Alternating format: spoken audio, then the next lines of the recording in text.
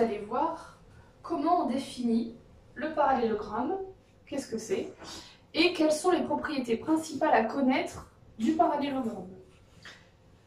Deux définitions possibles pour le parallélogramme, puisque les mathématiciens ne sont pas forcément d'accord avec ça.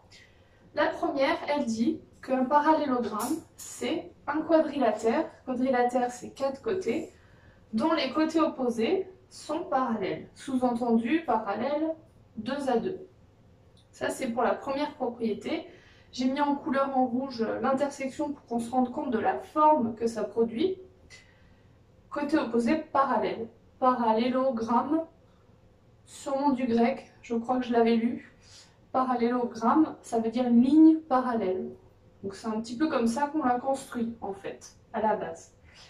Mais d'autres mathématiciens préfèrent définir le parallélogramme comme étant toujours un quadrilatère. Par contre, un quadrilatère qui possède un centre de symétrie. Ici, du coup, matérialisé par O. Mais pour ceux qui ne savent plus, c'est quoi un centre de symétrie?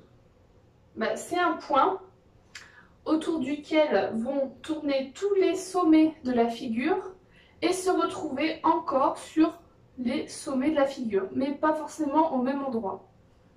Par exemple, ce point-là, son symétrique par rapport à O, c'est celui-là. Et ce point-là, son symétrique par rapport à O, c'est celui-là.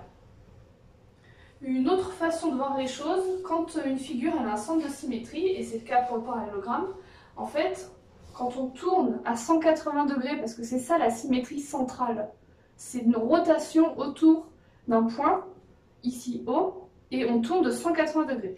Donc, peut-être faites comme moi, ça peut aider. Un petit dessin de parallélogramme sur une feuille, vous tournez la feuille à 180 degrés, vous constatez que vous voyez exactement la même forme. Là, il est orienté à droite, je le retourne encore une fois, il est encore orienté à droite.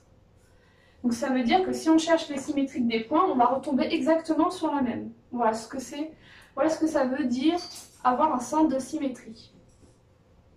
Donc ça, c'est pour les définitions. Maintenant, on va passer aux propriétés. Et je voulais juste faire une petite parenthèse sur la différence entre le mot définition et le mot propriété en géométrie. Pour beaucoup d'entre vous, enfin en tout cas si vous êtes élève et que vous m'écoutez, pour beaucoup d'entre vous, c'est un peu la même chose. Non, c'est pas la même chose. La définition d'une figure géométrique, c'est vraiment ce qui la définit. Alors, au risque de me répéter, c'est vraiment ça. Mais qu'est-ce qui la définit? C'est un peu comme une carte d'identité, c'est son identité. Le parallélogramme, on a décidé que c'était cette forme-là. Le rectangle, par exemple, on a décidé que c'était juste un quadrilatère avec 4 angles droits. On n'a pas dit plus de choses que ça. Voilà, 4 angles droits. Là, côté opposé parallèle, point. C'est ce qui définit en fait la figure. Alors que les propriétés, c'est ce qui découle de la définition. C'est parce qu'on a cette définition-là qu'on peut en déduire ces propriétés-là. Si je fais le parallèle avec la carte d'identité et une personne, la définition d'une personne, c'est date de naissance, prénom, nom, et j'ai envie de dire c'est à peu près tout en fait. Alors que les propriétés d'une personne, ça va être leur trait de caractère, leur goût, leur personnalité. Voilà, ça va dépendre de la personne. Mais pas parce qu'on les a appelés comme ça et parce qu'ils sont nés tel jour. C'est juste ça la différence. Du coup, voilà, 4 propriétés pour les parallélogrammes, il y en a peut-être d'autres, mais les essentiels sont là. Je commence par la première. En plus des côtés opposés parallèles, vu qu'il y a de la symétrie derrière, les côtés opposés vont aussi être de même longueur.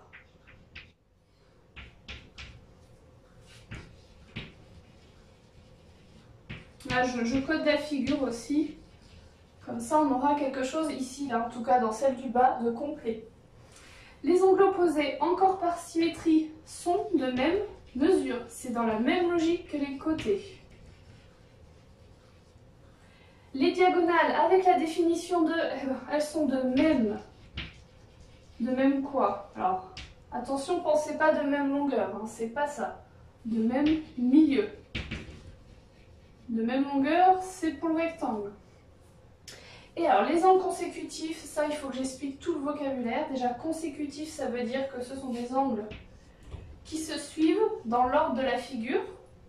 C'est un petit peu le contraire du mot opposé, en fait. Ils se suivent, donc ils ont un côté en commun. Alors que les angles opposés, eux, n'ont rien en commun, pas de sommet en commun. Donc comme tout à l'heure je parlais des angles opposés de même mesure,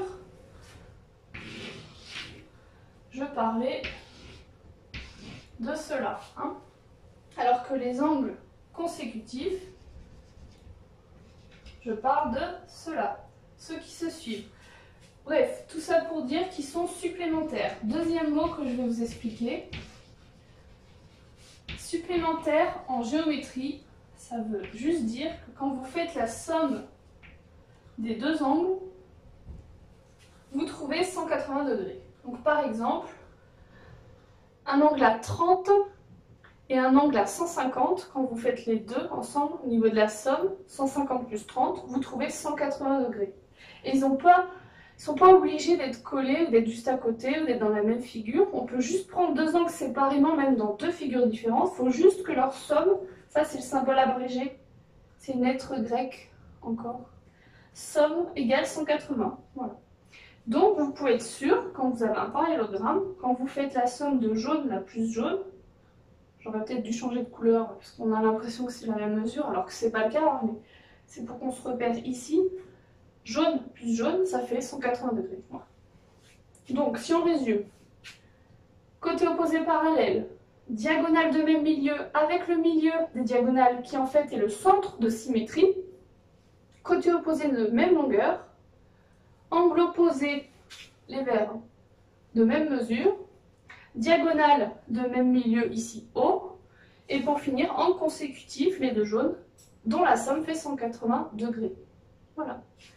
J'ai résumé un petit peu tout ce qu'il fallait savoir, en tout cas dans la leçon, pour les parallélogrammes.